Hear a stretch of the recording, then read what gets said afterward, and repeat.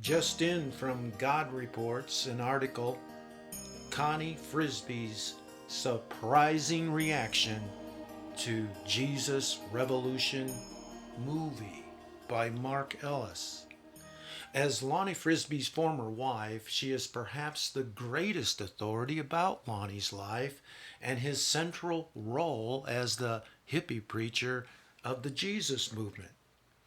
An actress portraying Connie appears in Jesus Revolution, but inexplicably, the filmmakers failed to contact Connie or consult her about the movie. They thought she was dead, or so they explained to her in an apologetic Zoom call a few weeks ago. Connie learned about the film after her stepdaughter Brandy watched it in a theater in Tulsa, Oklahoma, and told a friend sitting next to her, "I think that's my mom." Brandy didn't believe the portrayals in the film matched the stories told by her mother. She called Connie immediately with the shocking news. "I have to say, it broke me," she told God Reports. For 2 days, I couldn't stop crying. I couldn't believe that as a Christian, you couldn't reach out to me. You couldn't reach out and find out. You couldn't let me know that you were going to put a facsimile of me in a movie. When she went to see the movie, it provoked a strong reaction. I can tell you that 90% of the movie isn't true. Connie maintains. The truth is that dealing with people is very messy, and they want to make it very tidy. They tidied it all up so much that it stinks to high heaven to me and whitewashed it. That's not how it was. If the truth were known, I wouldn't look so good. Lonnie would look great. Chuck Smith would look good. Lori wouldn't look good. But who would look good? God would be looking stellar. The filmmakers chose a fan favorite, Jonathan Rumi, 48, to portray Lonnie, undoubtedly because of his superb characterization of Jesus in The Chosen. You know that Lonnie and I showed up at Calvary Chapel within the first 6 weeks of being married. Lonnie was 18 and I was 19, she recounts. The 30-year age gap between Rumi and her husband was difficult for Connie to swallow, among other issues. For whatever reason, Pastor Chuck Smith refused to put the young couple on a salary at the church, which left them in desperate financial circumstances. I was in such a state of exhaustion.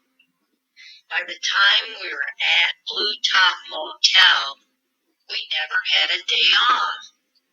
We had people living in our house.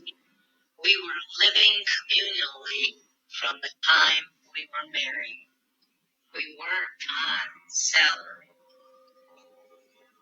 Do you know that Lonnie and I were still dumpster diving and eating garbage out of the back of the supermarket trash cans up until we left Calvary Chapel? Chuck Smith had a church for many years with 40 to 50 people. And all of a sudden we show up, and within weeks he's got 1,500 young people coming to his church. Wouldn't you think that he would help us? Connie's memories are filtered through the eyes of someone who endured sickening abuse by her mother and father, ran away from home, then found solace in drugs and the burgeoning hippie movement. When she got saved at the Keats waterfall near Palm Springs, she was high on LSD. Jesus found her when she was spiritually lost and physically naked. God used extremely flawed people, she says. As a matter of fact, I'm 75 now, and I think I'm finally getting some maturity. Lonnie and I both had such horrific child abuse that I would say that Lonnie and I had mental illness issues. God was using it, and I don't think that's a stretch. As the Jesus movement exploded, the young couple had little time together. In 3 years of marriage, I was not able to spend any time with my husband. I mean, zero. It was extremely hard work, 24 hours a day. We had crazy people in our house. When we did go to Chuck Smith for help, we never even sat down. We just stood in the hallway, just inside the door. Chuck liked to sit in the dark a lot, so he had just a desk light on, and the room was dark. What are you here for? Well, I called about marriage counseling. Well, your marriage isn't important, Connie. The only thing that's important right now is that people are getting saved, He said, according to Connie, reflecting a philosophy that God came first, ministry second, and yourself last. When he imparted that advice, it devastated the exhausted and emotionally fragile young woman. You might as well have somebody standing in front of you saying, "You're just not important, Connie. You're not important. Your marriage isn't important." And you can imagine what that would do to a young girl who hadn't been married very long. The film is Greg Laurie's version of the Jesus movement, and as such, it fails to address Lonnie's homosexual background, which resulted from serial sexual abuse at the hands of a male babysitter during a 3-year period when Lonnie was 6 to 8 years old. He told me before we got married that he got saved out of the gay lifestyle. And people back then didn't even really understand gay. I just thought, that's the old person and this is the new person.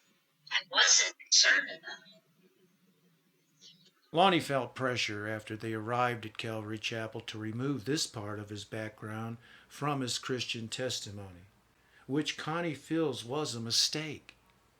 By keeping it hidden in the dark, rather than bringing it into the light, a stronghold remained that ultimately was his undoing.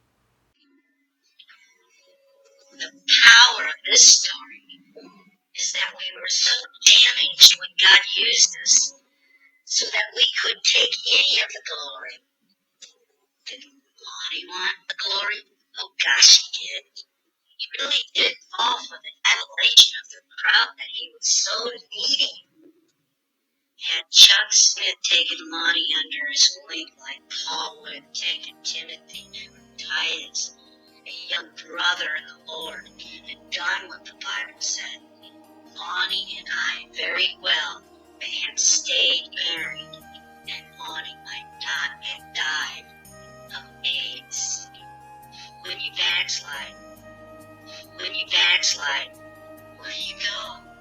You go right back to your vomit. I went right back to my vomit. When Lonnie was heartbroken, he went back to his vomit too. Connie has no recollection of Greg Laurie's girlfriend, unless she appeared after she and Lonnie left Calvary Chapel.